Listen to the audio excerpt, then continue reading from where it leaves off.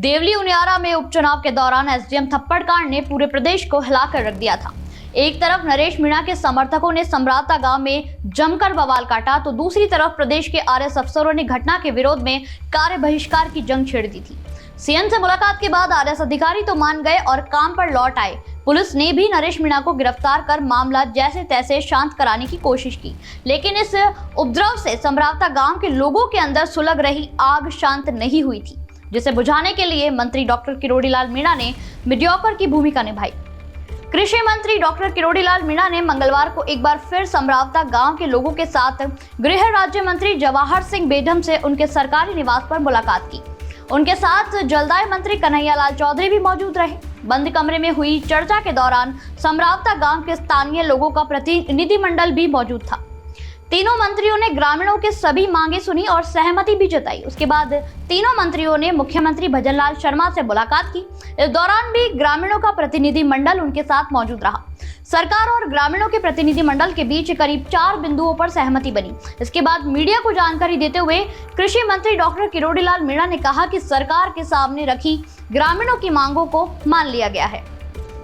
अब मामले की जांच संभागीय आयुक्त से कराई जाएगी। निर्दोष लोगों पर मुकदमा नहीं चलाया जाएगा।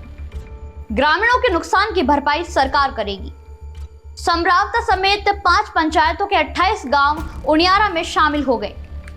ग्रामीणों और सरकार के बीच बनी सहमति के बाद ही स्थानीय पुलिस ने प्रारंभिक जांच के बाद 19 लोगों को छोड़ दिया। हालांकि इस दौरान डॉक्टर किरोड़ीलाल ने ग्रामीण प्रतिनिधिमंडल पर नाराजगी भी जताई थी। दरअसल ग्रामीण प्रतिनिधिमंडल बार बार अपनी मांगे बदल रहे थे। वो कलेक्टर और एसपी को हटाने की मांग कर रहे थे, जिसके बाद डॉक्टर किरोड़ीलाल मीणा ने उन्हें खरी खोटी सुना दी। अपने मुखर अंदाज में किरोड़ीलाल मीणा ने कहा कि जाओ गहलोत और पायलट के पास चले जाओ, अगर वो कलेक्टर और एसपी को हटवा सके तो।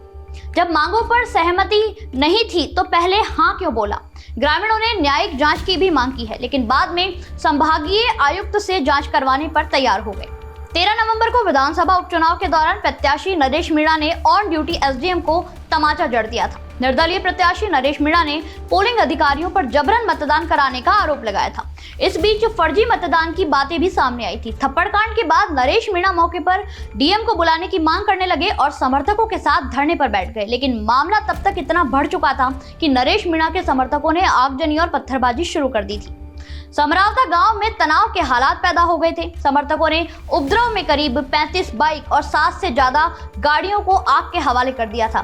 कई गाड़ियों को शीशे तोड़ दिए थे, जिनमें पुलिस की गाड़ियां भी शामिल थी।